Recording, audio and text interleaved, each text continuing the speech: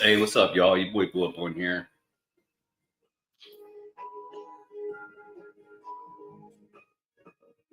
I'm just chilling, watching TV. Bacteria. Mike McDowell discovered that the sample was literally teeming with 2 species of bacteria, one of which makes its home in the human digestive system.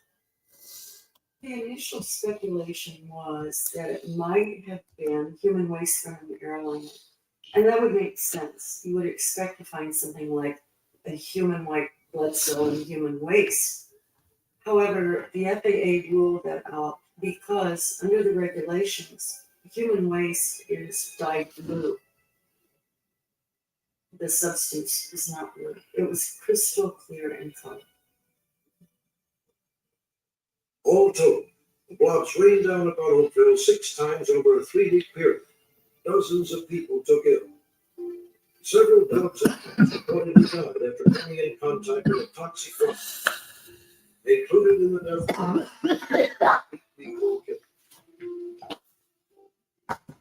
but the nature of the substance and any connection it may have had with the outbreak remained a mystery.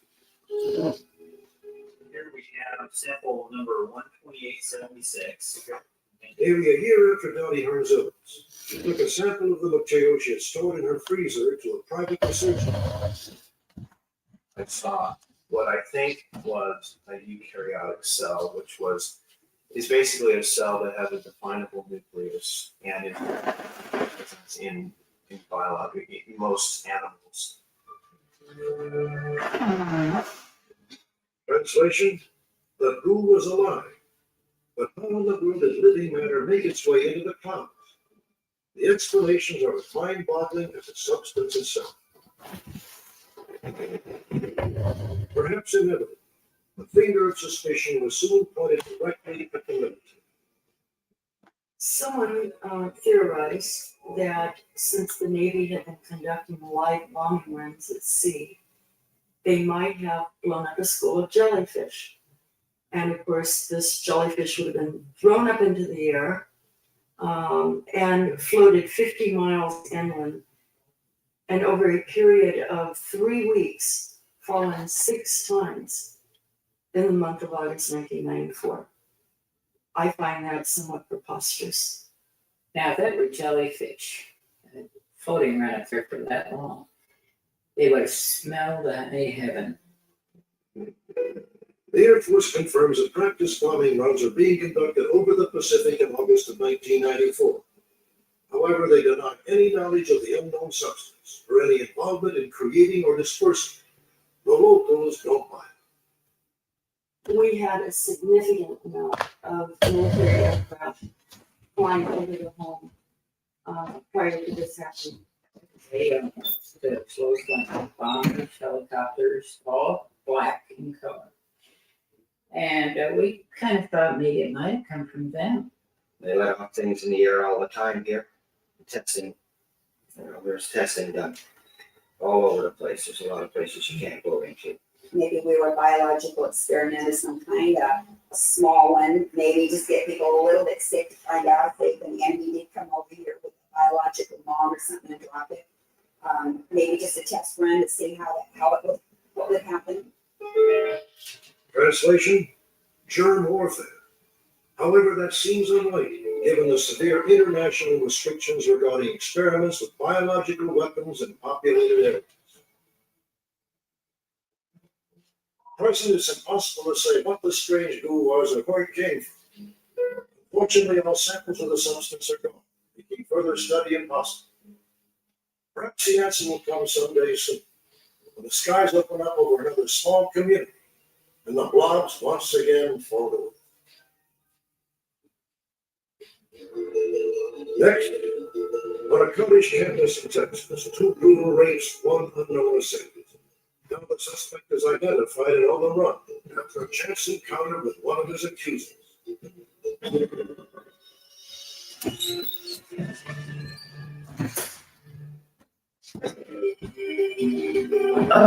Where's everyone at?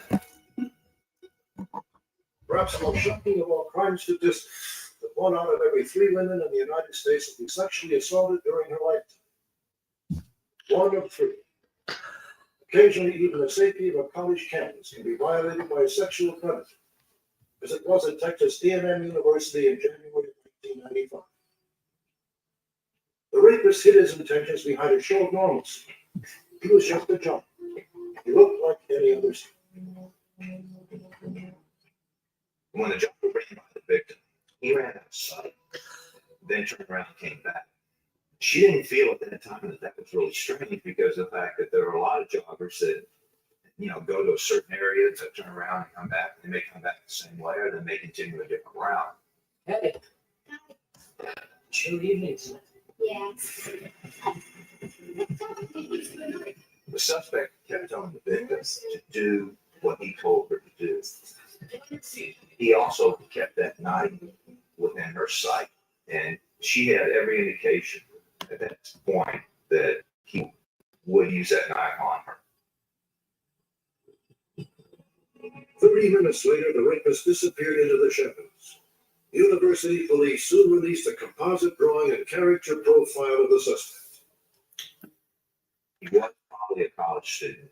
He would strike again. He would use that knife. We had to catch this guy. We had to identify him. We had to find out where he was, and we had to prevent him from performing another sexual assault.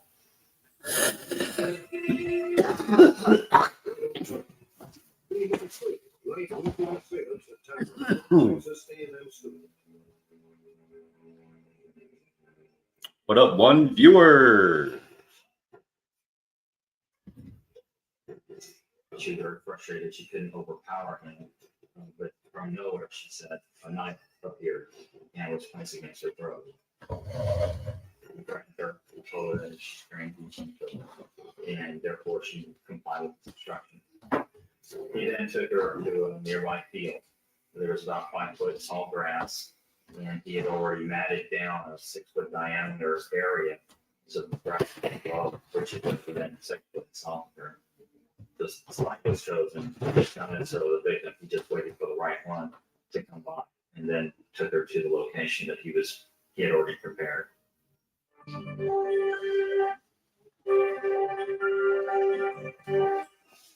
There's a new sauce in town. In your snack rack. Buffalo Ranch. Tangy.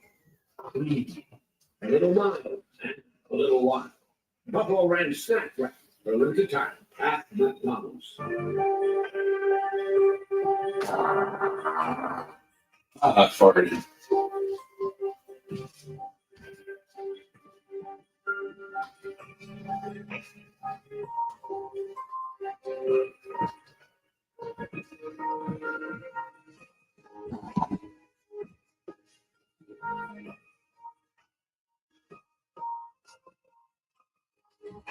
What up, 2 viewers?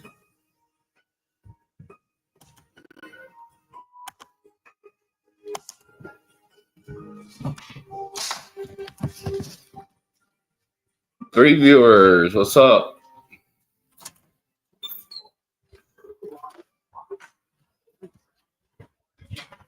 I just locked the door and everything. I thought you locked me out for a second.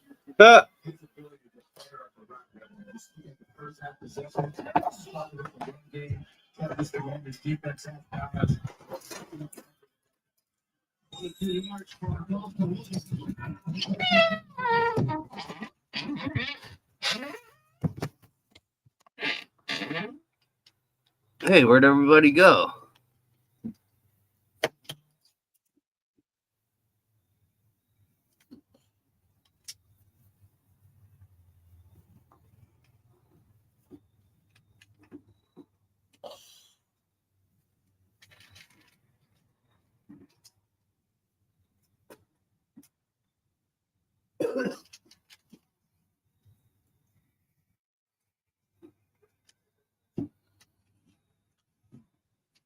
Oh, shit.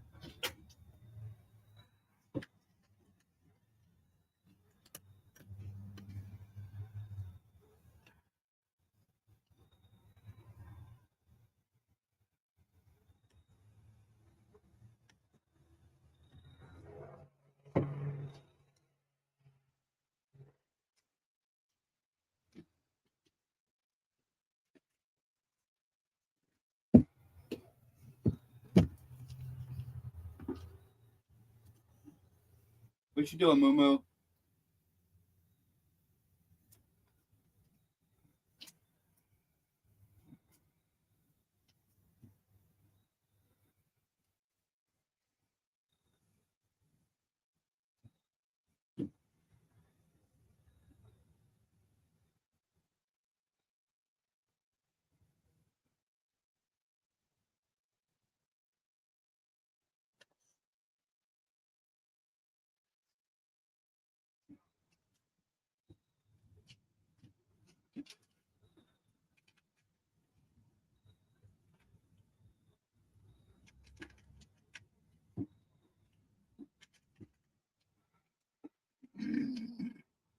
Excuse me.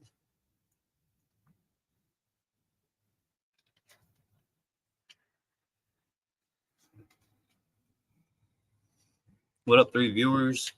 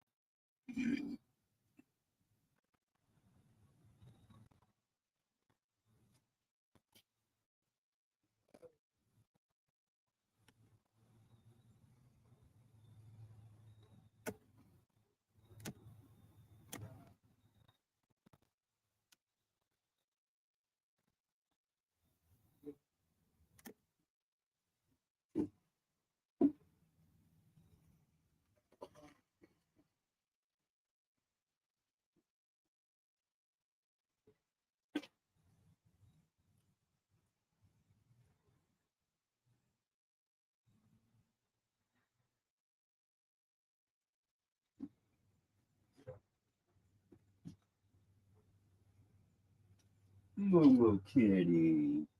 How's that big fat Moo Moo Kitty count? That big fat lovable Moo Moo.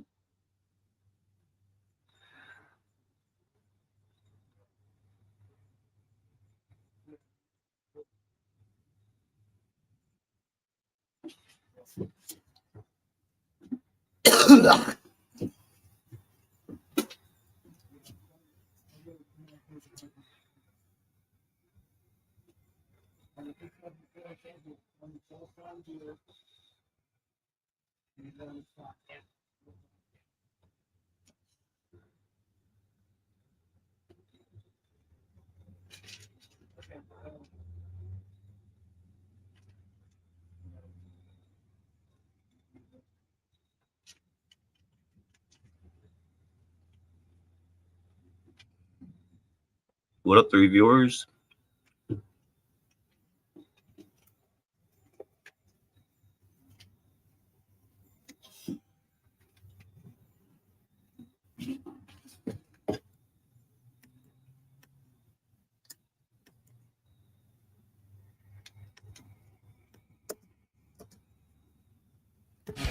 Hold on, y'all.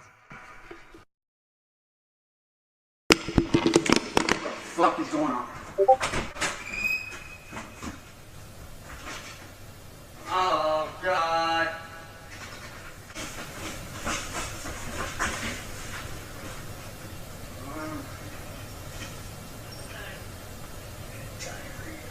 All over the place.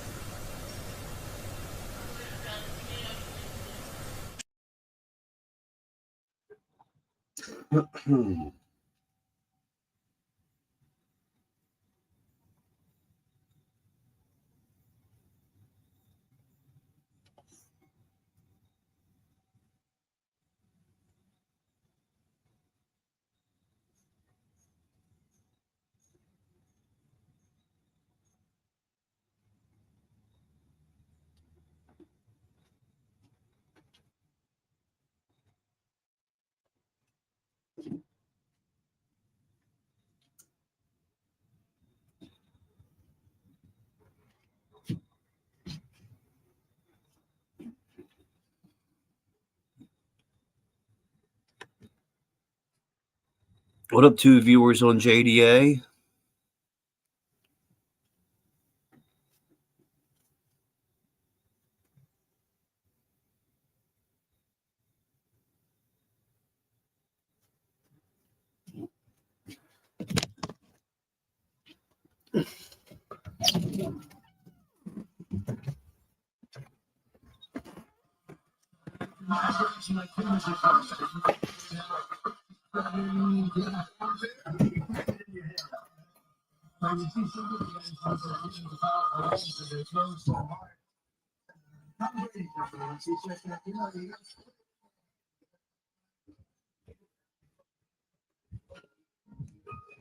Let me go check on my pop-up.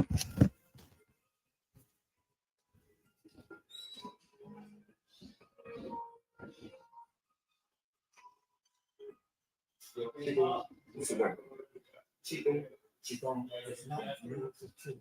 Qigong 可以治疗 Qigong can improve health. Qigong can cure some illnesses, but it cannot cure every illness. I really wanted and hoped that there was somebody out there that had a magic wand. This one waved it over me. So, oh, you're cured. You have your full use for that side. That's kind of that's where I was coming from at the time. That time was December 1994. Salem Bennett, accompanied by his mother, made his first visit to Master Lou. Salem was in the final stages of illness. He was partially paralyzed, losing his vision. He'd recently been diagnosed with PMN, brain virus that is swift and deadly. I remember asking my physician maybe a month or so after I was diagnosed, do you have any other female patients? He says, yes. And I said, how are they? They said, they're all dead. Master Lou claims he can simply look at his patients and see where the chi energy flow is blocked. Then he uses his own chi to help clear the path. The session had barely begun. Master Lou's apprentice removed Salem's leg. Next, Master Lou told Salem Had to help my pop-up to the bathroom.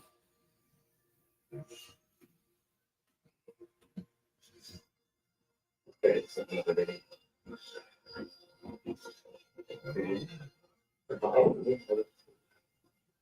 Okay, that's nice. It was amazing. I couldn't believe that I was standing throughout the room. It felt like something was coming into my body from afar, from behind me when Master Lee was working on me. It felt like something was penetrating my skin, and as a result, making me stand up. Like every time I felt myself leaning this way or leaning that way or falling, it would just push his energy into my body and it would make me stand up. Like It was like smallpox. My son would start going to one side. He would bring the energy from his body toward my son without touching my son. And he would straighten up. He would start going to the other side. He would go from the other side. It was the most incredible thing to watch. From that day on, weekly sessions of Master Lu were a regular part of Salem's family. Our thinking the third part is that he is also using Western medicine. So that's why I think if I use Qigong with Western medicine and they work together, what will happen? The effect has been positive. You all have a back end of this, man? To Salem, the result is nothing short of miraculous. Within 6 months, he'll regain 80% of the mobility on his left side. He can walk without a brace or crutch. Salem's dramatic improvement amazed everyone, especially his Western doctor. I was quite surprised to see Salem recover in the way that he did. In my experience, patients with AIDS and PML do not improve, they deteriorate. It's clear that for the moment, Salem is beating the horse line. His doctors credit a new approach to drug therapy. It uses a combination of 8 drugs rather than one at a time. Salem, however, is convinced that Qigong was a crucial component. I cannot say massively cured me, but he definitely brought me to the road of recovery. If you can imagine coming from the point of being diagnosed as somebody who's just as good as dead to where I am now, I mean, I'm elated. I'm totally elated. Salem Babbitt is now one of thousands worldwide who practice Qigong, sometimes in group sessions like this. Debbie had multiple bone marrows, a condition that is often a precursor to leukemia. For Debbie, Qigong is a full partner in her therapy. It's not a cure, but a way to alleviate the side effects of drugs prescribed by her doctor.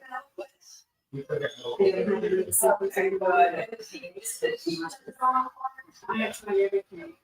I made it. Nothing, because I could give me the energy that she comes from. I wish I didn't have more fun. I feel like I'm me again. How it works? But I honestly, I feel it. And I can work for others. In 1993, Randy Hebert says he was diagnosed with aggressive form of prostate cancer. 3 doctors told him he should have surgery. Instead, tried Qigong. Skeptically with them. When I kind of opened the mind closed, I started Master Lu put Randy on a antibiotic diet, taught him exercise at home, gave him treatments 3 times a week.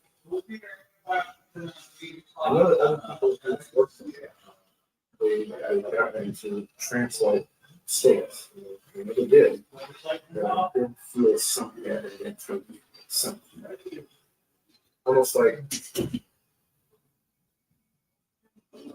after working with Randy for 3 months, Master Lu made an astounding pronouncement. He said to me,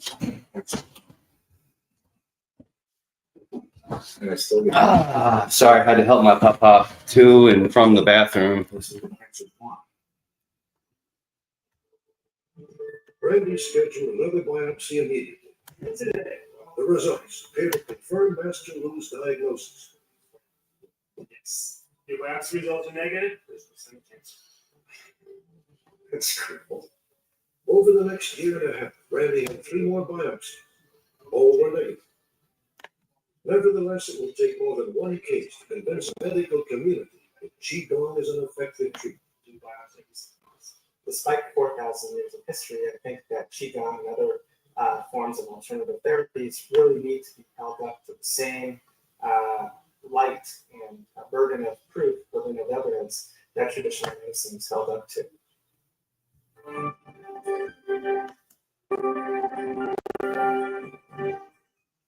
There's a new sauce in town.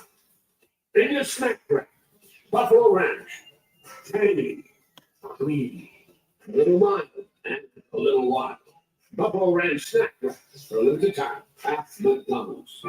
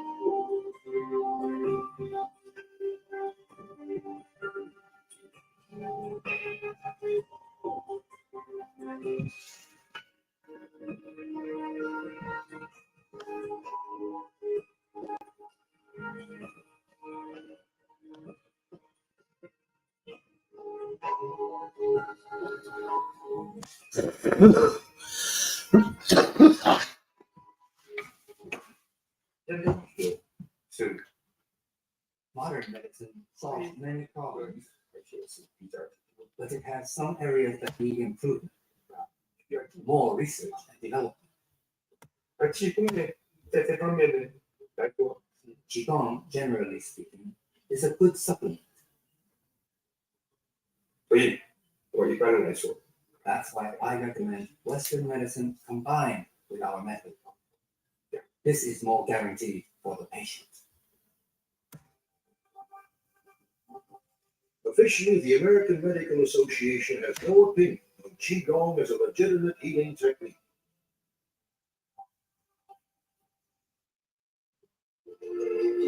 Next, join the search for Whitey Bulger, reputed godfather of Boston's Irish Mafia. And later, the rising rap star searches for his infant son and the people who kidnapped him.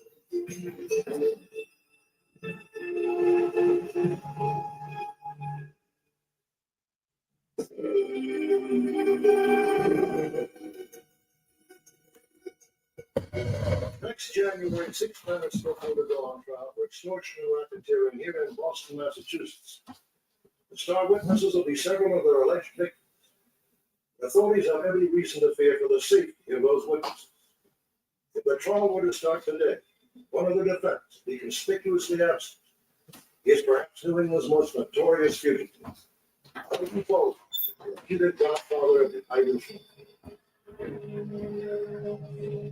James J. Whitey Bulger has been described as a throwback to the gangsters of the 1930s.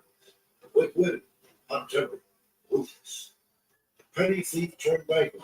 Spent 9 years in federal prisons, including Alcatraz. After his release, Bulger allegedly established an empire in South Boston. According to the authorities, Whitey ruled his turf with an iron fist for more than 20 years, and in the process earned an estimated $25 million.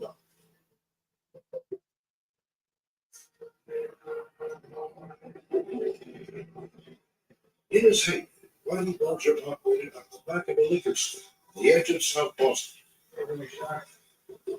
Late one night in 1989, he allegedly arrived to take care of some unfinished business. Blackston. Reportedly, Whitey's associate, Stephen the Rifleman Fleming, was waiting inside. Their guest of honor, local tavern owner named Tim Conlon, Whitey had allegedly targeted for extortion.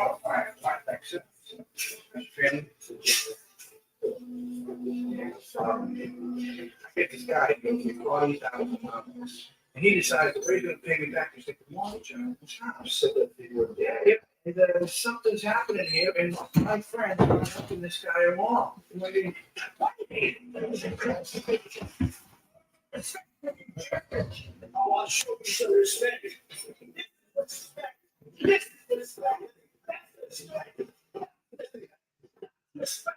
I don't let you buy your life for $50,000.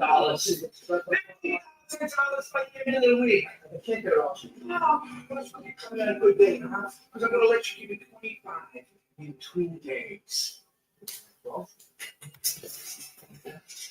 2 days later, Tim Connolly claims he did the only thing he felt he could do. He returned to the liquor store with $25,000 cash. all right, Tim. Good to yourself. Good, good. Want to Florida? Yeah. Yeah, I'm leaving tomorrow, Jimmy. Good. Bulger realized that they got half of the money back and Connolly promised the other half, and then everything was forgiven. Connolly claims that Bulger then came out, put his arm around him, and said, "Now you're our friend again." But Tim Connolly apparently did not feel as enthusiastic about the friendship. He went to the FBI. They in turn began building a case against the so-called Don of South Boston. James J. Whitey Bulger came from a prominent local family. His older brother Billy is a former state senator, current president of the University of Massachusetts. But by all accounts, Whitey was a wise guy from day one. In South Boston, you very often had, in real life, angels with dirty faces, where Jimmy Cagney is the bad kid and Pat O'Brien becomes the priest. That happens, of course. I know many families that have a priest and a gangster in the same family, or a gangster and a police officer in the same family. It's very common in that culture. South Boston is an insulated Irish Catholic community, a place where Whitey Bulger, known to his friends as Jimmy, felt right at home. That's Frankie. Yeah, some of us guys don't know where north ends and south begins. So we gotta talk to Frankie. We gotta get that straightened out. South Boston really believes that we look out after our own, and that's what Whitey Bulger was all about. In South Boston, Whitey Bulger was widely viewed in the working class as our gangster. Yeah, he's a wise guy. Yeah, he'll hurt you if you deserve it or if you cross him. But he's a gangster with scruples. He's a guy that will keep an order, a certain order to the underworld. People maybe love the fact that they felt that he took care of the community, that he would be the guy that would carry the groceries of the elderly woman that was trying to get up to her apartment. Or would help a little boy that maybe had a dog, his dog died, he'd go out and buy a dog for a little boy. But he also was viewed as somebody that you didn't cross. Over here, Bulger reportedly had no qualms about flexing his muscle in full view of the neighborhood. Hey, Jimmy, I see you, boy. Not nice seeing you, Bobby. They never told me now. Last time they had to come up with a double one strength for these people. See, I swear, if all happened, right? Friday to Jimmy. Whitey Bulger absolutely controlled what went on in South Boston. In fact, nothing happened in South Boston without his approval. Every bit of illegal gaming, loan sharking, drug dealing, he had a piece of it. If it happened, he had to sanction it, and he had to have a piece of it. From time to time, the feds brought Whitey in for questioning, but they never had enough evidence to nail him. For all intents and purposes, Whitey Bulger wasn't untouchable. Whitey Bulger is the master of eluding surveillance. He learned quickly how to avoid, being caught. He never said anything incriminating in any confined place, and he had a real habit of conducting all of his business.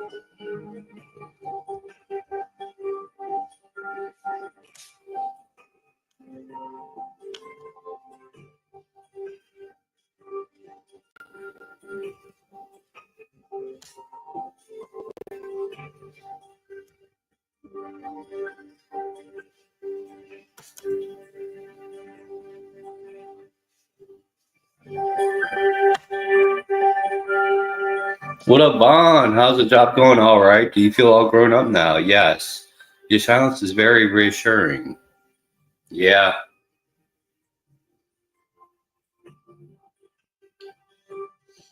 No, everything's going fine.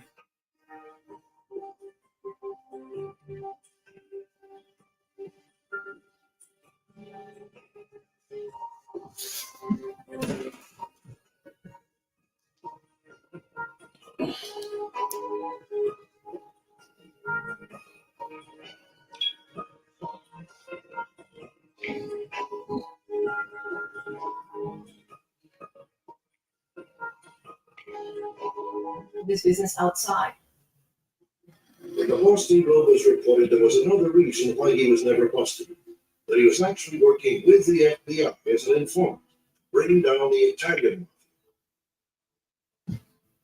I think there was always a split within the FBI.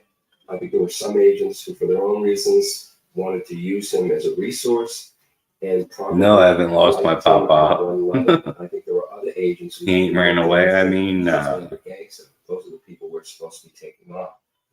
What I can tell you is that when it comes to matters within the FBI involving informants and sources and witnesses, we just do not talk about that. That is not something we speak about in public.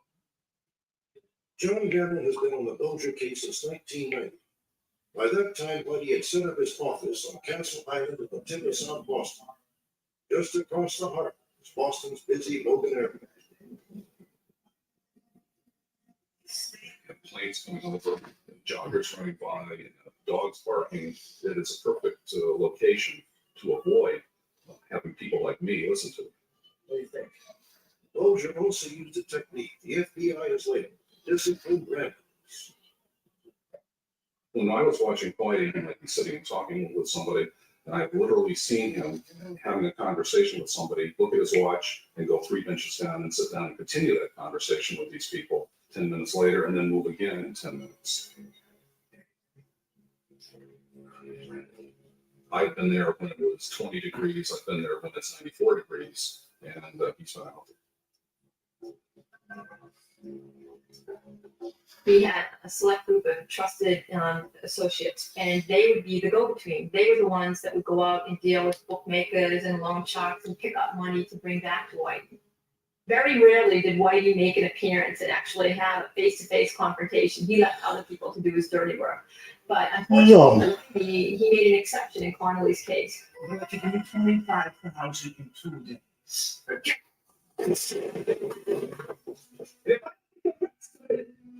Sure.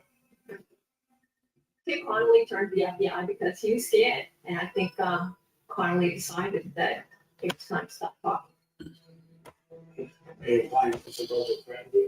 Connolly provided authorities with the evidence needed to build a federal racketeering case against Bulger.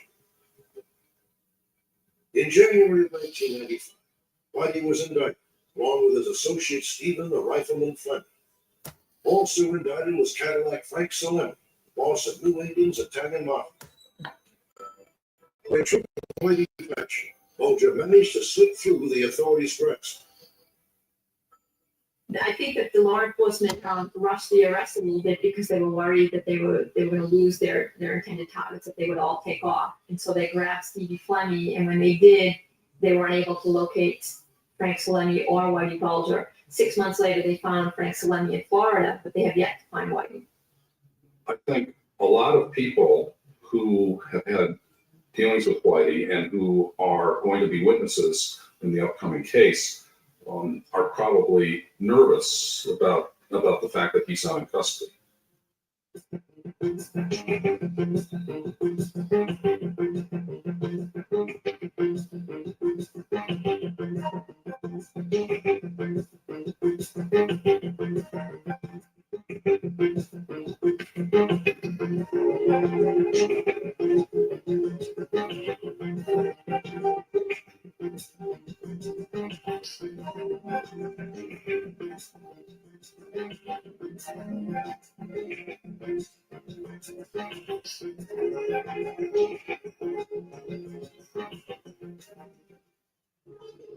Next, a house set afire.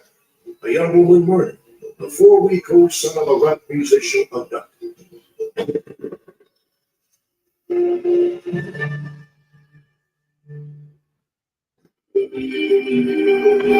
I need to get a cup of soda. I'll be right back.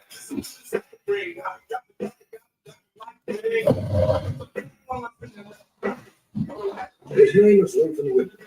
Known to his father, rising star in the rap music. Now a young man at the center of his double destiny. Tragedy that has torn from him the two most important people in his life. The case that has stumped police in Vallejo, California for months. In the spring of 1996, things were going well for Nathan Williams. He had recently signed a recording deal. This new video was about to be released. His girlfriend had just given birth to their first child, a boy named Lazon. What I feel about Lazon was, it's the first son, you know what I'm saying? The son finna come, you know what I'm saying? I'm finna be with him, you know what I'm saying? Take care of him. And it's experience to me, you know what I'm saying? I was happy. Layton's girl, the 17-year-old Daphne Boyd, lived with her grandmother in Vallejo. Daphne was working hard to finish high school and caring for baby Lazon. On May 17, 1996, Daphne's grandmother, Reva Lee Boyd, was getting ready to go. Excuse me. When the doorbell rang. Is Daphne home? Yeah, come on, baby. Daphne, your company. Daphne was getting a lot of visitors. She was the mother of a local rap star's baby. Everybody wanted to see Lathan's son. That's baby. Oh, cute. You have to sit down. Daphne, I'm going to play bingo. I'll be going to come. Reva Lee didn't recognize these two girls, but Daphne obviously knew them. Everything seemed fine. Reva Lee couldn't have been more wrong. An hour later, she was rushing home. Neighbors had told her that her house was on fire. She had no idea that Daphne and Lazon were still inside. The track breaker needs to know known to employees. Gotta get my night meds together. Okay.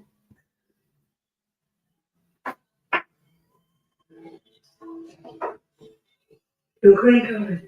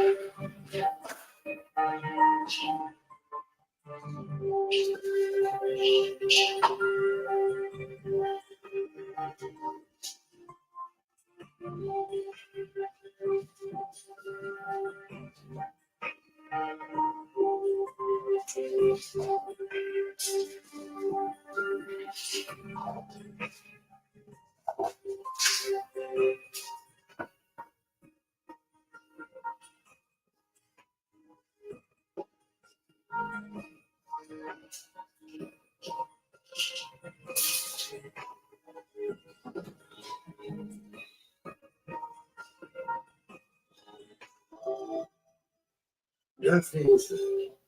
The news grew worse. None of it had been an accident. Daphne had been murdered. The house torched to cover up the crime. And there was more. Baby Liaison was missing. Apparently kidnapped. Lathan Williams' shock was devastating. He couldn't believe they were both gone. I was myself pleased that he come walking around this corner not saying this way.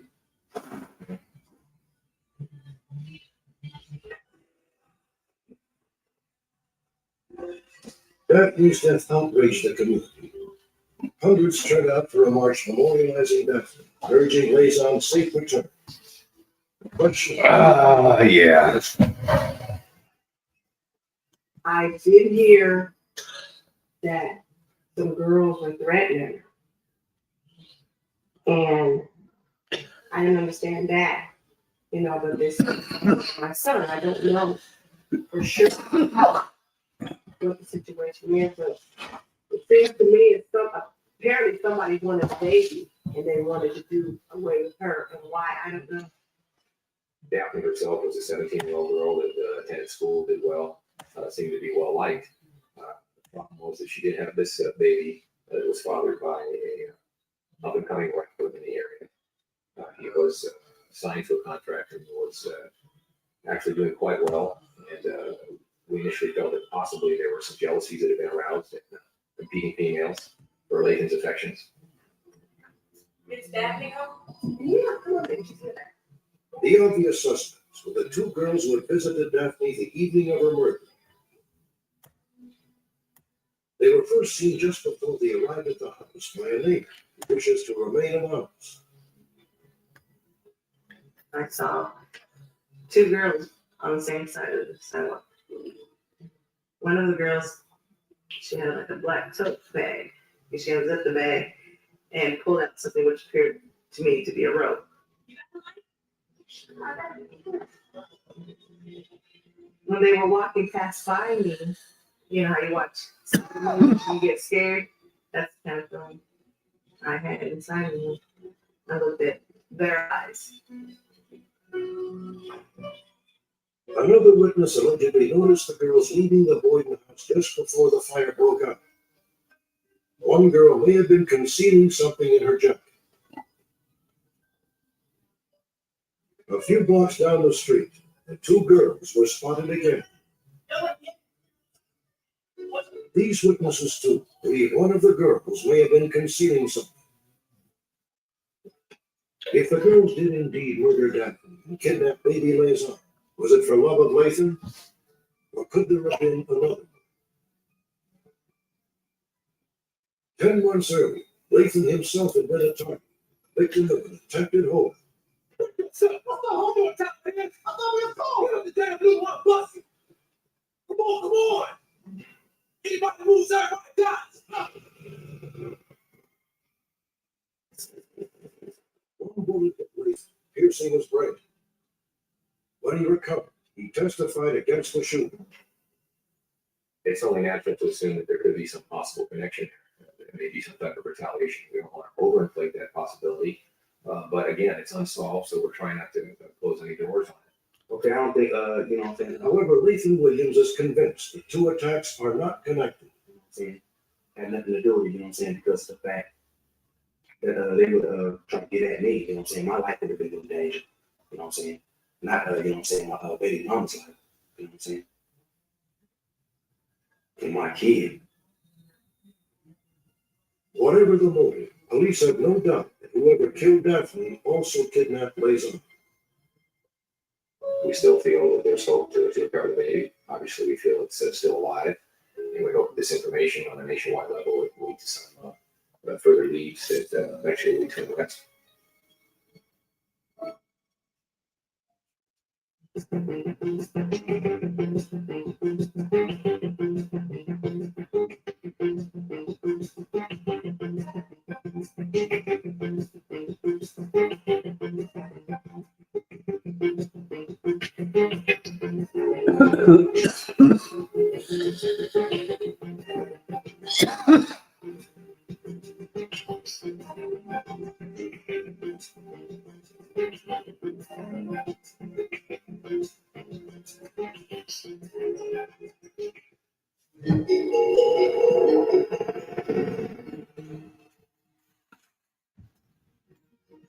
our next unsolved mystery, a deranged ex-policeman and his wife, a homemade bomb, an elementary school held hostage. At the moment of detonation, it seemed only a miracle could save the children. Many believe that is exactly what happened. Join me next time for another compelling hour of Unsolved Mysteries.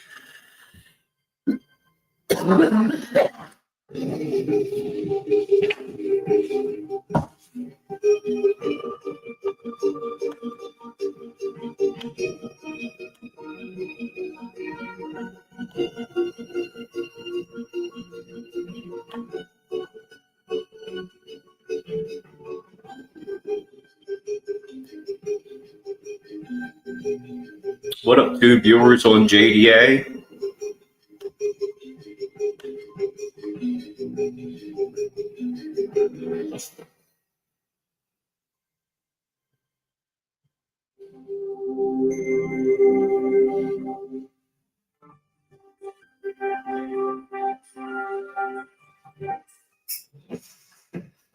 This is unbelievable.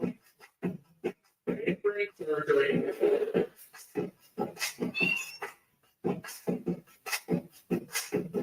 Wow.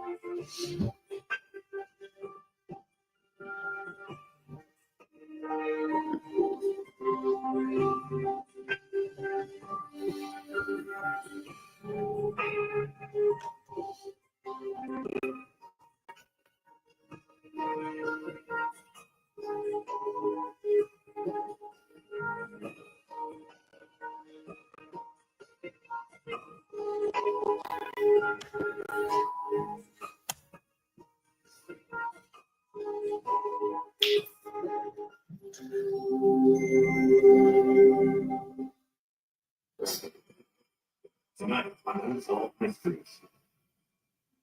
September 7th, 1996.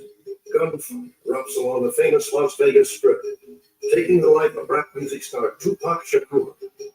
Today, disturbing questions haunt the investigation. Why were Shakur's trusted bodyguards unarmed? Why did the killer seem to target only Shakur? And why was almost no one willing to talk? They are snapshots of a different time and place. Virginia Burns always thought she was the baby in the pictures. Then Virginia learned about her father's secret life, and now she needs your help to find her long-lost sister. It is a phenomenon so bizarre that it defies belief. Ordinary people suddenly and inexplicably bursting into flame. Mainstream science says it can't happen, but independent researchers insist that the evidence doesn't lie. Spontaneous human combustion is real. In Ohio, the quiet calm of a small community is shattered. Becky Wood and her grandchildren are terrorized by a pair of vicious armed robbers. Now the intruders have been unmasked. Authorities need your help to track them down. Join me for another intriguing edition of Unsolved Mysteries.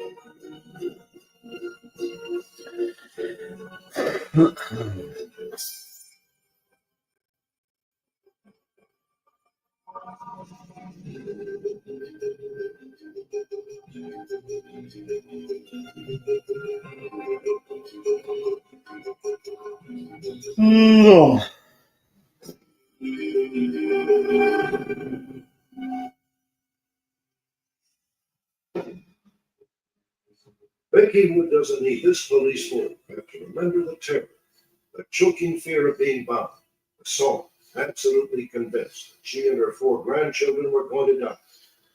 It happened in February of 1996. 2 men, disguised in masks, invaded her home.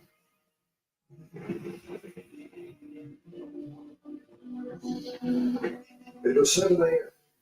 Becky's husband had just left for work. The intruders seemed to know exactly what they were looking for.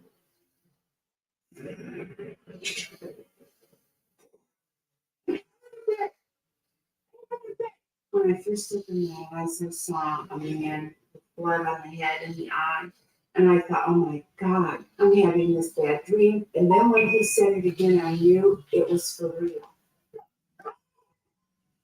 Becky's granddaughter was sleeping beside her. Becky thought to hide her with a blanket. 3 other children were asleep in different bedrooms.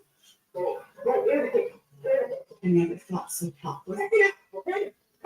I was afraid for my grandchildren. And I kept praying to God, please let the children sleep through this. Wait. The whole time he's screaming, where's the combination? Where's the combination?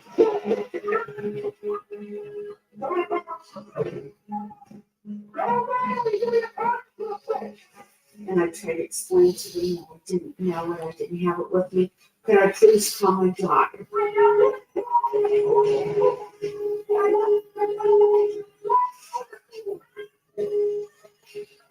He kicked me in the head, and he kept telling me that they would take the children. I'd never see them again. And I kept trying to swear I don't have it. I swear I would open it. I give it to you. I don't have it. Sounds of ransacking came from upstairs, where the second intruder was looting Becky's dresser of jewelry. That's when 9-year-old Matthew wandered out of his room. I don't really know how to explain what I felt. Like my heart just felt like it was just a beat or something. It was pounding real hard in me because I didn't know what it was.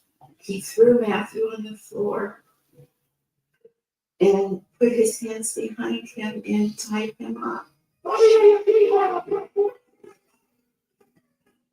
So the man's feet coming around in front of me. And he took a trash bag and put it over my grandson's head. I thought they were gonna take me out in this rock and kill me. And they were gonna smother Matthew. You count to 2,000 before you move, or else we'll be back to kill you.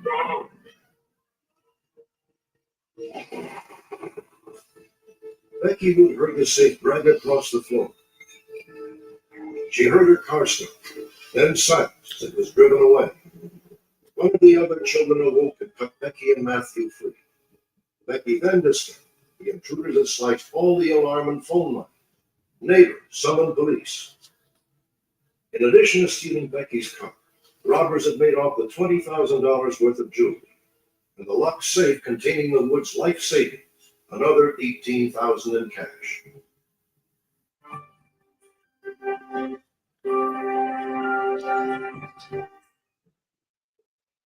Find buzzer beaters and flip hangers in one place. Get 100 plus channels of movies, TV, and live sports. YouTube TV. Try it free. Terms apply. Cancel anytime.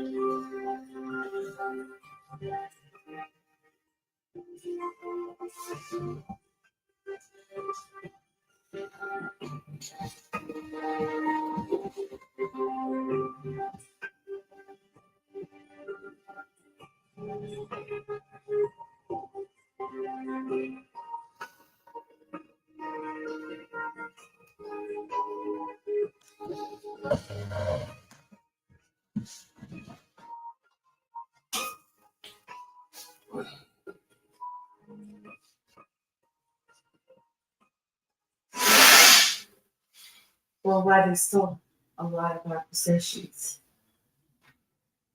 that I'll never be able to replace. I'm thankful we're alive. That afternoon, police found Becky's 91 Lincoln at a nearby car wash.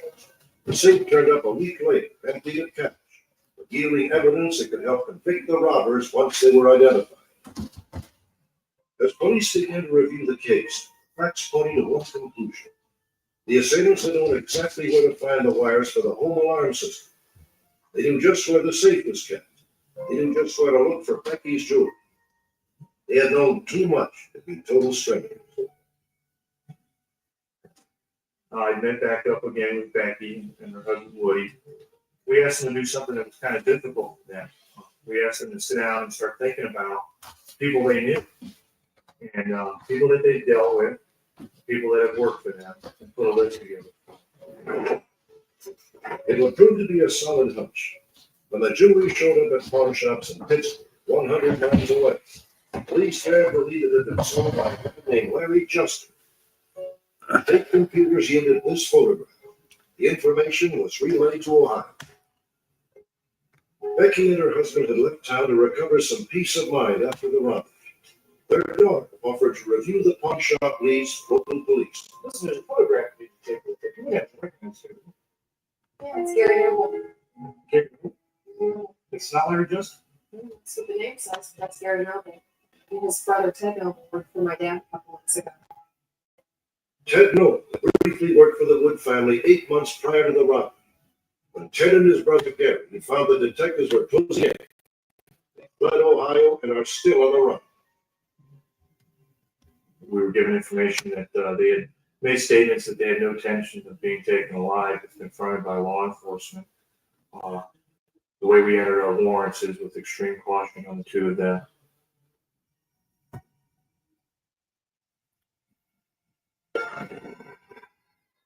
The robbery has done something to us that you don't really understand unless you go through it yourself.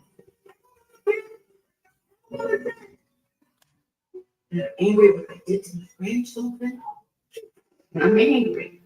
I'm angry. Man.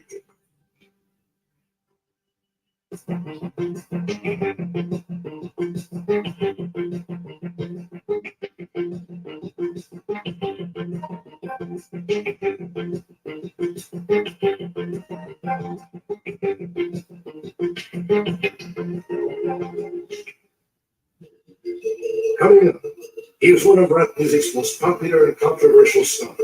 Then he was gunned down by an unknown assailant who killed Tupac Shakur. But first, Virginia Burns always thought she was an only child. Then she learned that her father had gone to his grave with a secret of an ill-fated romance and a long-lost daughter. A heartwarming reunion of a young man, the anonymous Good Samaritan who saved his life. What up, Mike?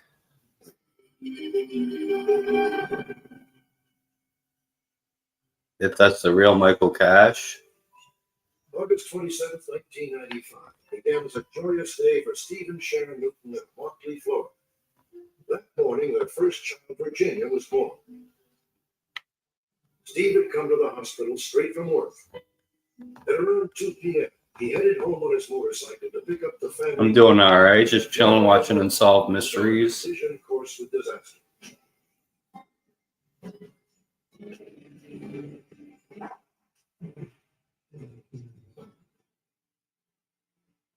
I've seen this one. I just remember coming straight down on my head.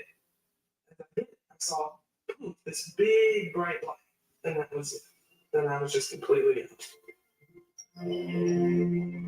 For Steve Newton, death was just a heartbeat away. Then, a gift from heaven. Are you okay? Can you hear me? A passing motorist had turned Steve over in the water and saved him from drowning. She remained at the scene until Steve was transported to a hospital. Then she disappeared. Steve never learned her name.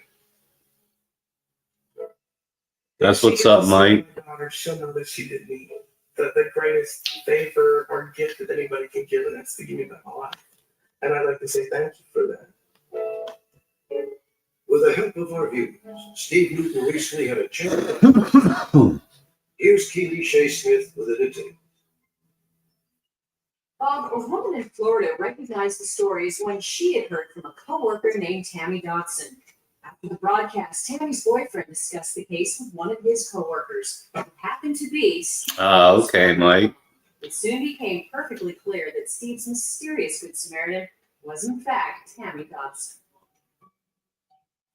On January 31st, 1997, Steve and Tammy met face to face for the first time since the near-fatal accident. As a special treat, Steve brought along Virginia, now 1.5 years old. Nobody's ever gone that far to come to thank me. And he kept saying that I was an angel. I've never been called an angel. Far from it. But it just, it made me feel good inside to know that I've done something that's helped somebody so much. Steve and his wife Sharon, now expecting their second child, were finally able to express their gratitude to the woman who had saved Steve's life. I owe her everything. And there's nothing that I have I can give to her. Can you say thank you? Right through here it started. Before the day was out, Tammy and Steve returned to the scene of the accident, all too aware that Tammy's simple act of kindness had changed both of them forever. It makes me want to do more for other people now. If someone's in trouble, I would go that extra mile, that extra, just to help that person. I wanted to hug him. I was so glad to see that he was okay, and the baby and everything. I was just thrilled that he was fine.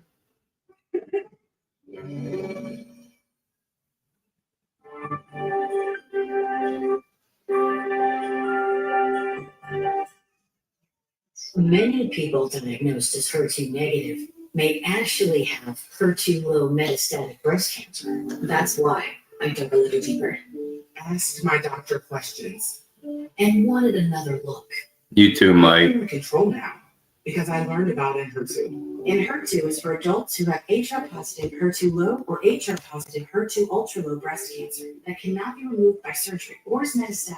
And who have received one or more hormone treatments for metastatic disease. Enhertu is a targeted therapy that specifically targets HER2 on cancer cells. Enhertu helps people live longer without their cancer growing or spreading compared to chemotherapy. Your doctor will do tests to ensure Enhertu is right for you. Enhertu can cause serious side effects, like lung problems that may lead to death, low white blood cell counts that are common and sometimes severe, and problems with your heart pumping blood. Tell your doctor right away if you have new or worsening shortness of breath, trouble breathing, signs of infection, cough, fever, chills, feeling tired, swelling of ankles or legs, irregular heartbeat, sudden waking, dizziness, or loss of consciousness. Enhertu can harm your unborn baby. Talk to your doctor about pregnancy, breastfeeding, and active birth control. Ask about other side effects. With Enhertu, I'm holding on to all that is needed. Come on, sure. Metastatic breast cancer will try to figure it out, but not today. Ask your doctor if you have HER2. because in her two may be right for you.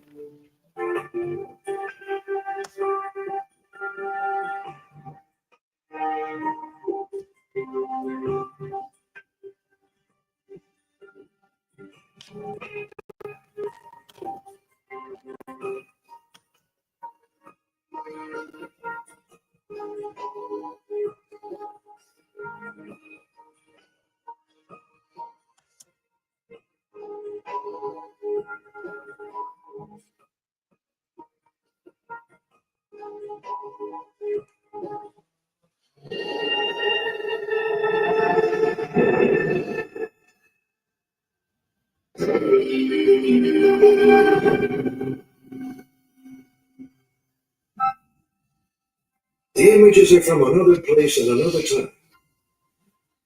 The proud young father cradles his newborn daughter. Her gentle smile captured in dozens of photographs. Virginia Burns of Aurora, Colorado, always thought they were pictures of her. She learned the truth when she was in her early 30s. My father said, "Oh no, those aren't you." And I asked my mother, "Well, who are they?" And she says, "Oh, that's just a friend's baby." How you feel? Years would pass before Virginia finally learned the entire truth. In 1991, a year after Virginia's father died, her mother confided that he had been previously married. Then she made an even more startling revelation. There's something I have to tell you. You have a sister. What do you mean? I have a sister? You know the baby pictures that you always thought were you, and we told you they were the daughter of a friend of ours? Well, she's your sister. My mother admitted that she didn't tell me to protect me. She had no way of knowing where my sister was, and why tell me if there was no way I could meet her? 3 months later, Virginia's mother also passed away. With both of her parents gone, Virginia launched a search for the sister she had never known. I was looking through the pictures, and I found written on the back of one, in my father's handwriting, it said, "Susan and I and Hugo." And I had no idea where Hugo was, so I asked my husband, and he said, "Well, that's a little town out on the eastern plains of Colorado." Hugo, Colorado, was where Virginia's father, Joe Corum, lived in 1942. He was a dishwasher and busboy in a small cafe. That's where Joe met a young woman named Diane.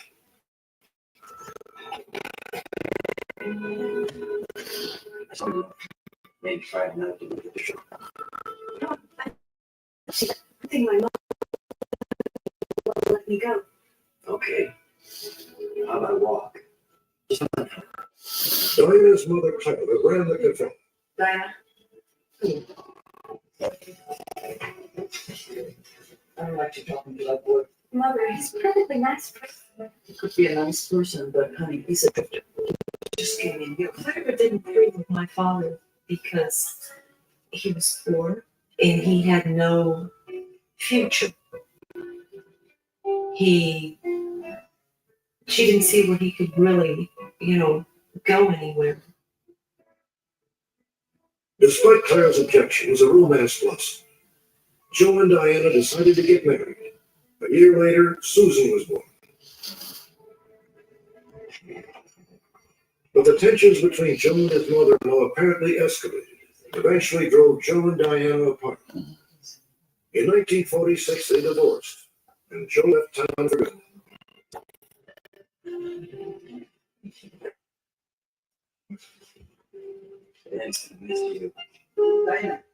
I think it was probably one of the most heartbreaking things he went through.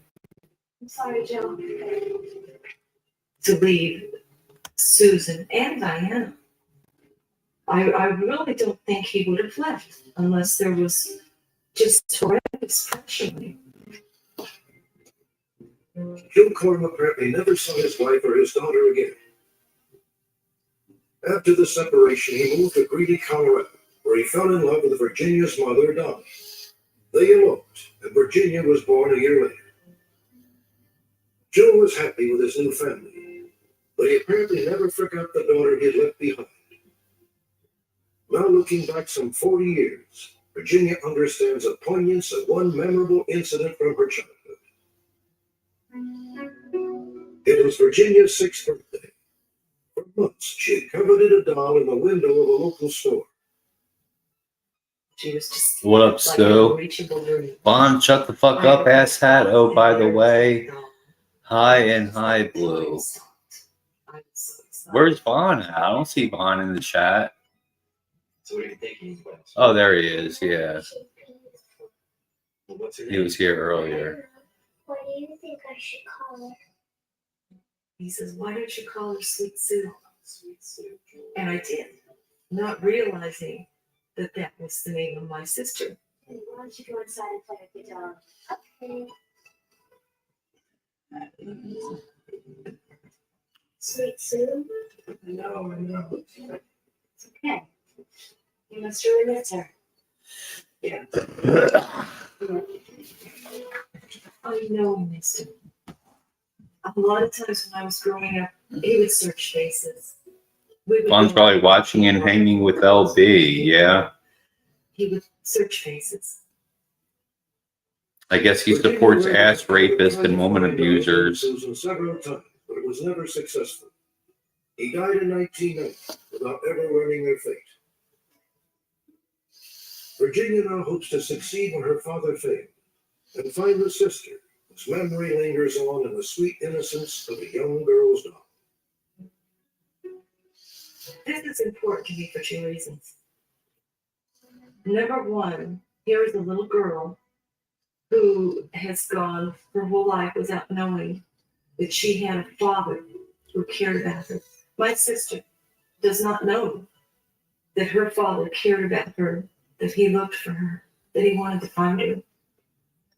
She needs to know she has a father who loved her. And secondly, I have a sister out there, and I'm more than ready to be a sister.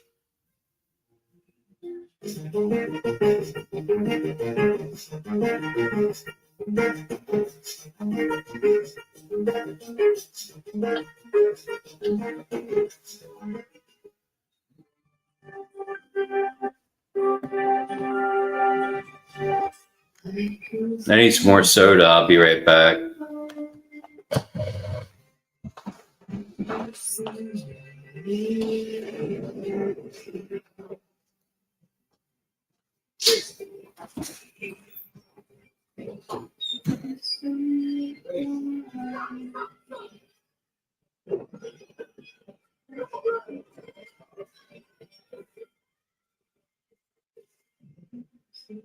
Rated R.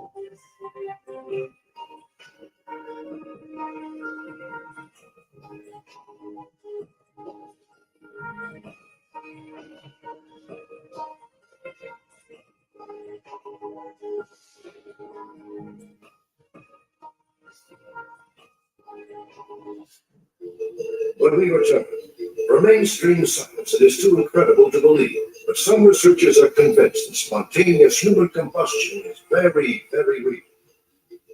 And later, last September, dozens of eyewitnesses watched in horror as rap music star Tupac Shakur was gunned down on the crowded Las Vegas Strip.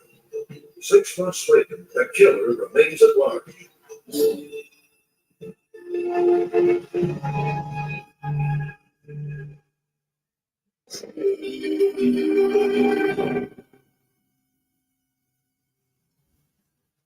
Good morning.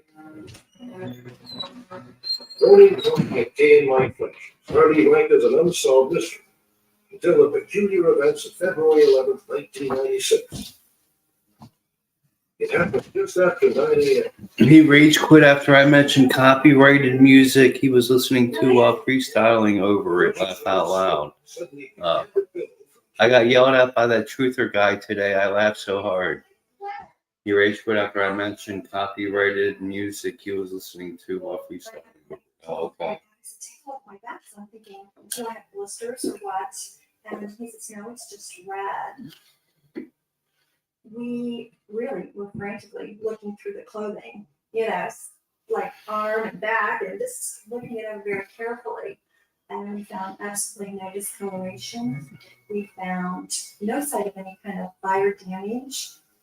Yeah, I mean, it was actually coming off of her skin, but there was no flame. The smoke was so thick that we did have to turn on the fan and open the window just to get the smoke out of it. Now, earlier in my life, I had worked at a crematory, and the smell was that of burnt flesh. There was no mistake of that because it's an unmistakable smell. Mike? For Kay and Mike Fletcher, it was frighteningly real, and at the same time almost impossible to believe. Only later did they learn such mysterious episodes have been reported for well over 500 years. Simpson was famous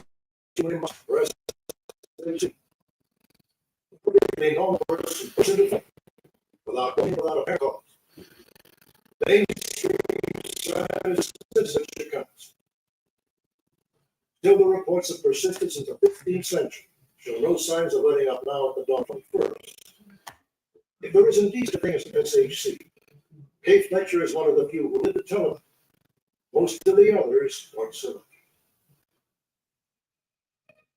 March 26, 1986. Kendall Mott was worried. His father, George, a retired fireman, had serious lung problems. An air pump and face mask helped keep him breathing. But on that day, George hadn't answered repeated phone calls. A quick look around convinced Kendall that something was wrong. The windows were all brown. When I noticed that the door handle was warm, I grabbed it. Inside the house, and it smelled like it had been dirt.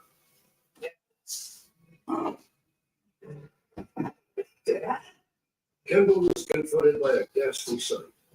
Finally, he reduced his father to a scattering of ashes, a few splinters of bone, and a fragment of skull.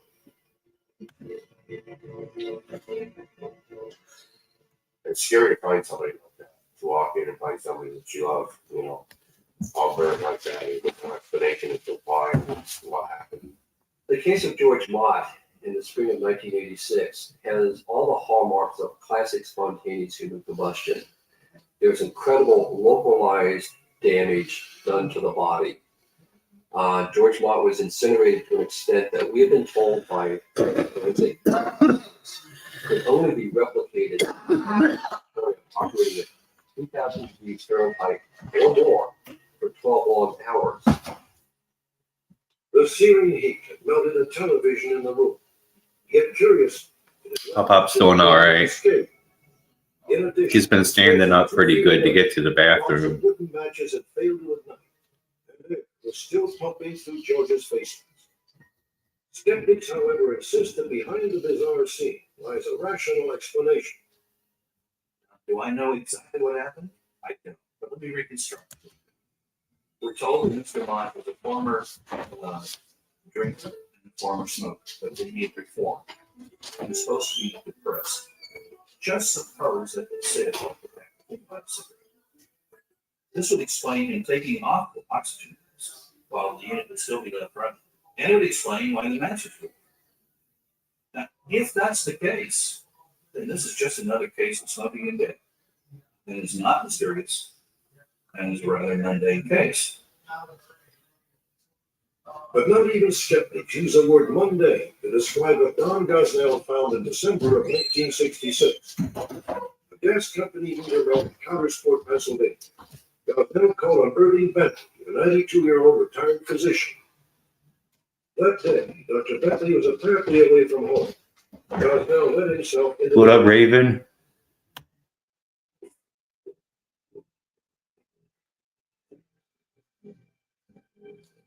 When I got to the bottom of the steps, there was a pile of ashes on the floor.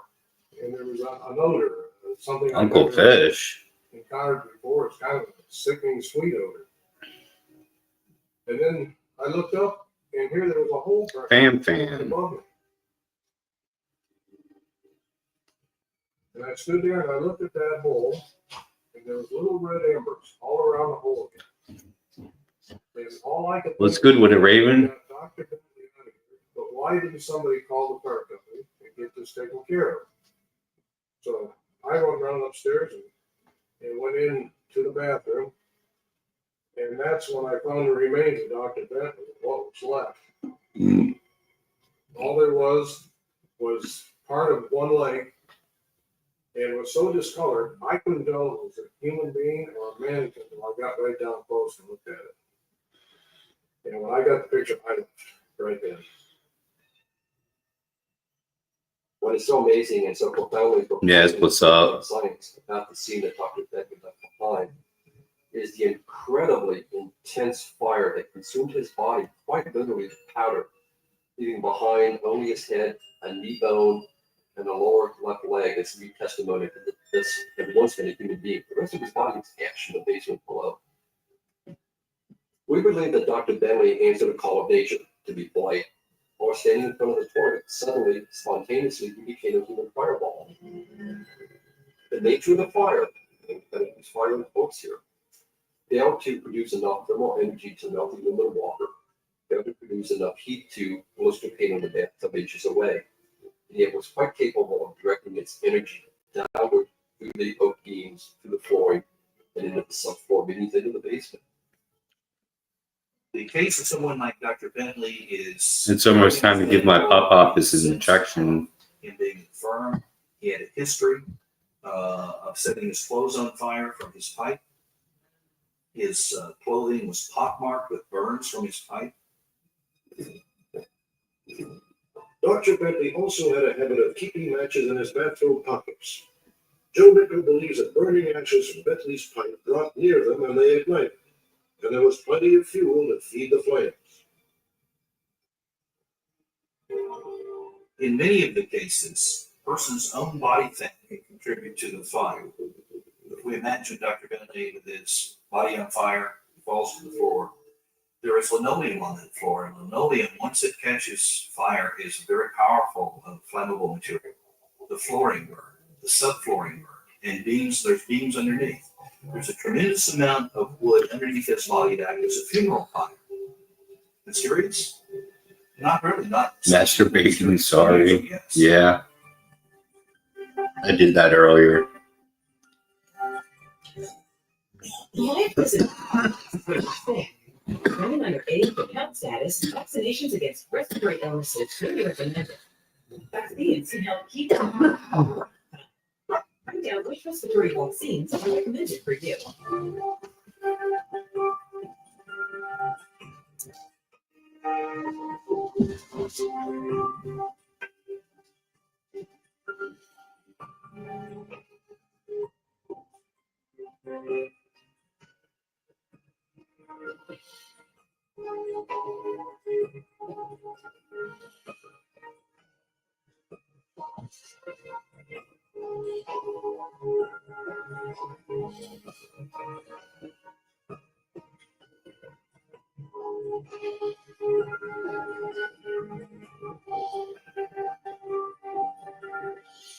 One-eyed madman.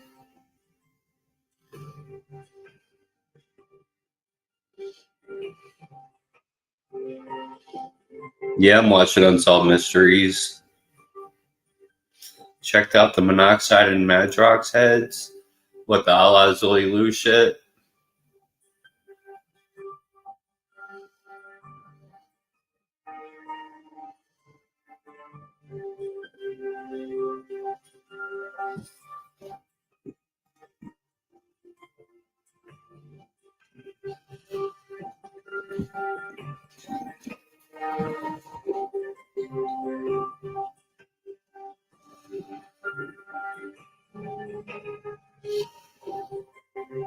Yeah, that was pretty weird. Pretty funny. I'm still a twisted juggalo for life, son. But I also love a la Zoe Lou.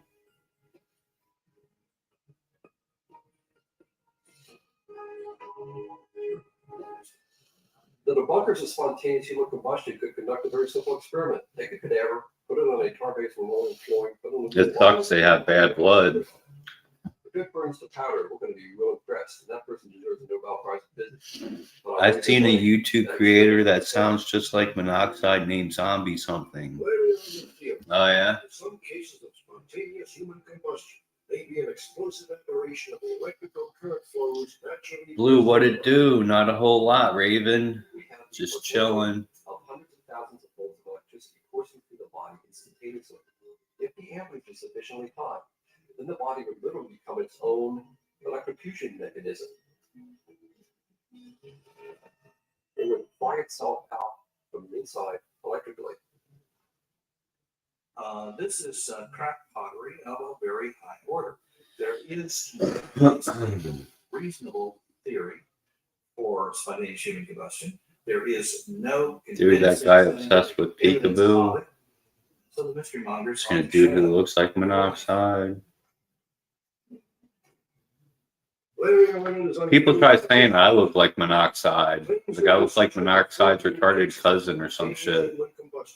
Some dating back to the 1400s. His name was Boy Blue 91982. Yeah, monoxide lookalike. Yeah, some people do say I look like monoxide, but I don't see it. This is a mystery that's crying out for study. It's crying out for recognition. This is a mystery that is to this day unsolved. Yeah. Don't forget that your pop's medicine on the table. I know. I'm going to give it to him soon. Well, it would be shitty threat. Seemed to predict his own violent demise. But the investigation into Shakur's murder has become a tangle of chilling speculation and conflicting theories. Yeah, I have to keep my pop antibiotic in the fridge, but when it's time to give it to him, I got to take it out of the fridge a half an hour before I give it to him.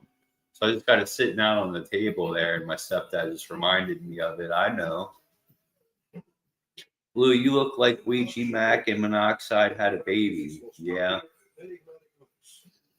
His autobiographical songs reflected a dark, treacherous world he knew all too well. Alternately described as a street thug and a charismatic poet, Tupac won the adoration of millions.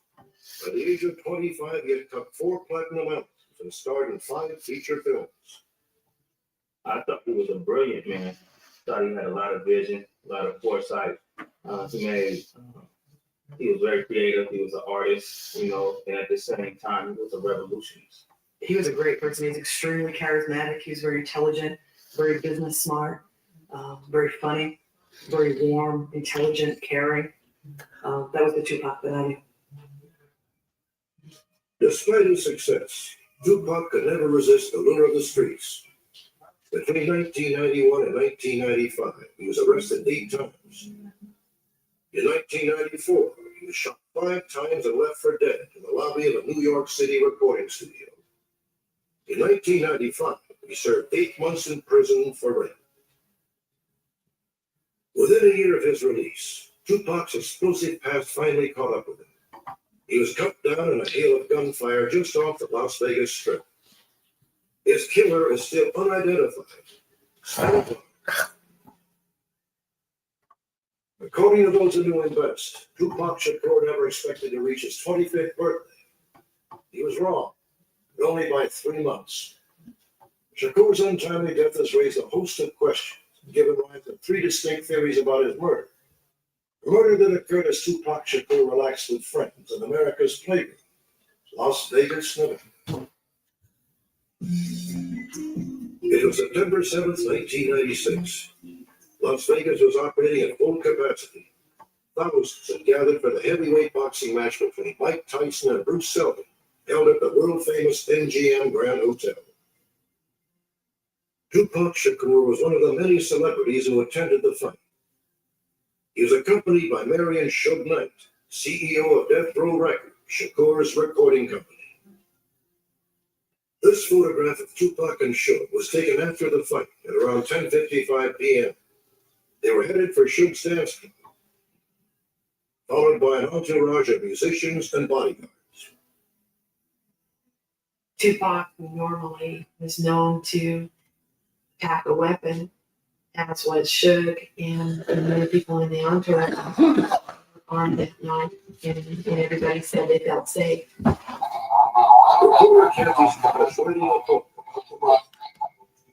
I gotta check on my pop pop. They were obviously playing the music loud, so they were partying good. They were flirting with women.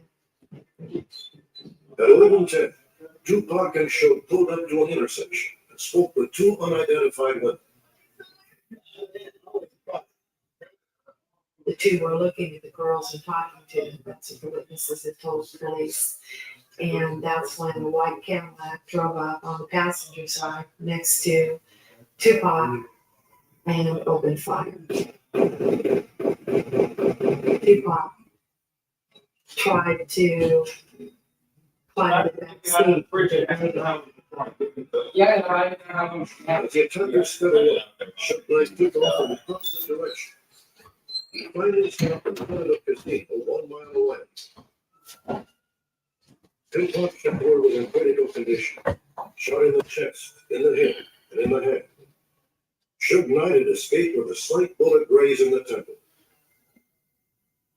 Despite the presence of thousands of potential witnesses, police say only one person offered a glimmer of hope.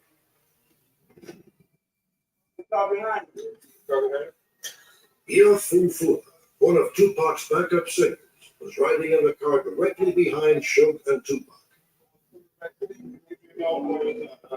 He told police that night that he could do a photo lineup, pick out the gunman from a photo lineup. Finish your homework. No, I have to take my Pop Pop's antibiotic out of the fridge a half an hour before I give it to him. And my Pop Pop was just reminding me that I had to do that, but I had already had it sitting out on the kitchen table. I gotta wash my hands, put on gloves. I gotta clean the injection port thing. I gotta give them saline, then the antibiotic, and then another saline. And the antibiotic gives them diarrhea. So he has to use the bathroom a lot. 3 hours before the shooting. Members of Tupac's entourage can be seen in the lobby engaged in a brutal scuffle. Both Suge Knight and Tupac were present. We can't be gangbangers now since I'm going to be grounded. The target of the assault was 22-year-old Orlando Anderson, an alleged member of a Los Angeles street gang, the Southside Crips. It has long been rumored that Suge Knight is affiliated with a rival gang, the Compton Bloods. Was this confrontation the spark that led to Tupac's murder?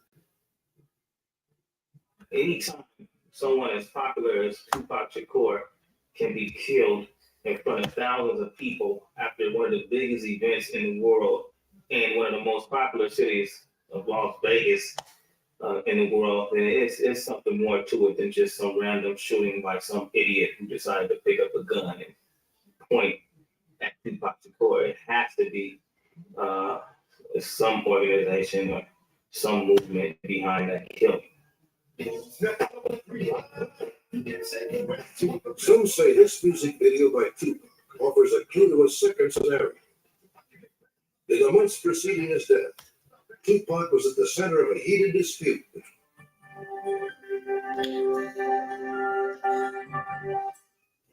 There's a new sauce in town. In your snack rack. Buffalo Ranch. Tangy, creamy, a little mild, and a little wild. Buffalo Ranch snack racks for a limited time at McDonald's.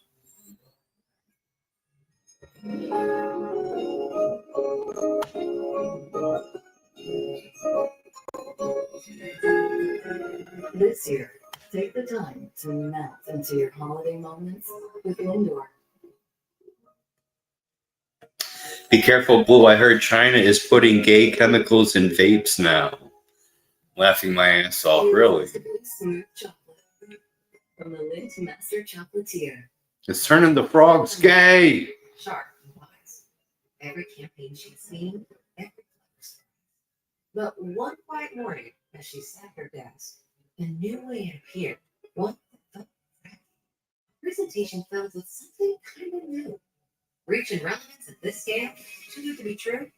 So she who'd seen it all felt her marketing heart warmed. Her plan and her outlook momentarily transformed. Is she gonna be like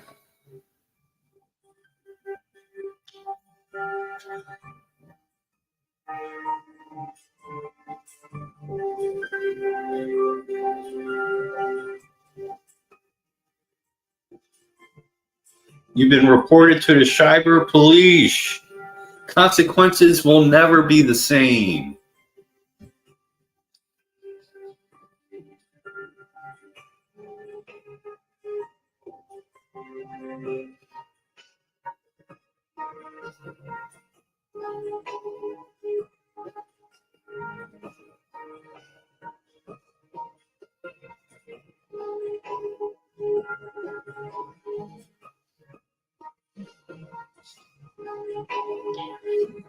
Between East Coast and West Coast rap music factions.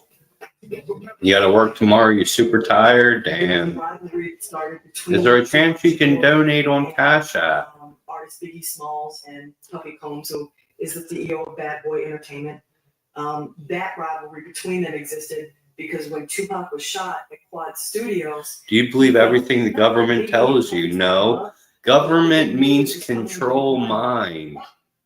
That's what government means, is control mind. Portion of the video. Tupac publicly blamed Puffy Combs and Biggie Smalls for the attack that nearly killed him in 1994. No one has ever been arrested in that shooting. King, we was homeboys on his fame. Once we homeboys, we always homeboys. Just weeks before his death, Tupac appeared on radio station KMEL in San Francisco. Candidly discussed his feelings towards his East Coast rivals. Whopping strangers to tell you. DUA, what? Biggie almost says. Because they bragging, they telling SUA, what? you know what I'm doing, I'm destroying. Dulu? I'm destroying. Just last weekend, Biggie Smalls, aka Notorious B.I.G., was himself gunned down shortly after leaving a party in Los Angeles. At this time, there is no known connection between his murder and Shakur's. In addition, there is no proof that the East Coast-West Coast rivalry had anything to do with Tupac's death, leading to intense speculation about a third possibility. Perhaps the murder was an inside job, orchestrated by someone close to Notorious This scenario is thug. populated by unanswered questions. Just boning Biggie, Biggie. Just boning Biggie, Biggie. Just boning Biggie, Biggie. Why did he seem to target only Tupac? Why weren't Tupac's bodyguards armed at the time of the shooting when they had been armed earlier in the evening? And why, with a strip swarming with people, including the two unidentified women just a few feet from the shooting, was no one apparently willing to cooperate with police? What I was told by one homicide detective was that everybody went deaf, dumb, and blind. Yeah, if you can donate, Raven, that'd be the shit. These are professional bodyguards. They're paid to guard, Tupac. He hired them for this purpose, yet they didn't see anything.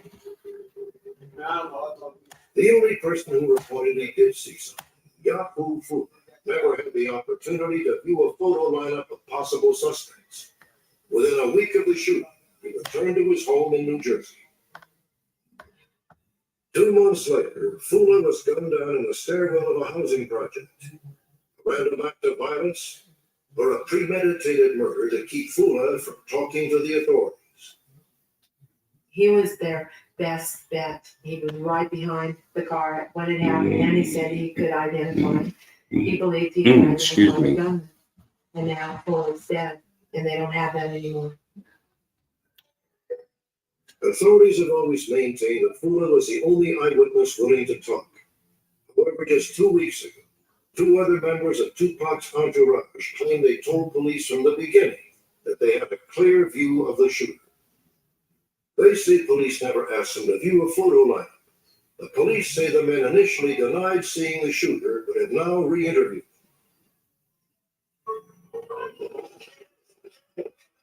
Ironically, in one of Tupac's final videos, he seemed to foretell his own violent demise.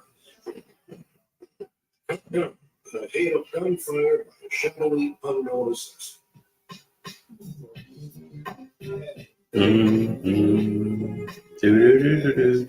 don't know, we'll never know who killed Tupac Shakur, but I do know that there's millions of people that are devastated by his loss. Yeah, it's almost time. Right after this segment about Tupac, I'm gonna go do it. There's a lot of things people might consider bad about Tupac, but there was a lot of good things about Tupac, and we had yet to see all the good things that I believe could have came out of Tupac Shakur.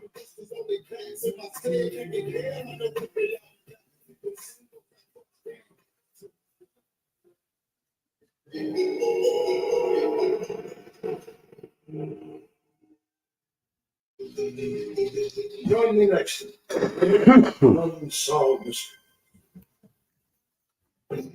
All right, y'all. Well, I gotta go give my pop his antibiotic. Takes about 15 minutes. Jurassic 5 look him up and tell me Tupac is dead. Yeah. All right. Well, I'll talk to y'all. I'll probably be going out for a smoke before I go to bed. So I'll talk to y'all then. Donate if you can on Cash App. Woo-woo. The joy of whole room freshness. Glade plug-in scented oil fan. All around you don't even know it. It's the only freshener to use a continuous built-in fan. It's just there in the air. Unlike some fresheners that seem strong just around the outlet, the Glade fan continuously circulates fragrance throughout your whole room. This shit'll blow your motherfucking mind. Magic everywhere in this bitch. Plug-in scented oil fan from Glade. The pure motherfucking magic of fragrance.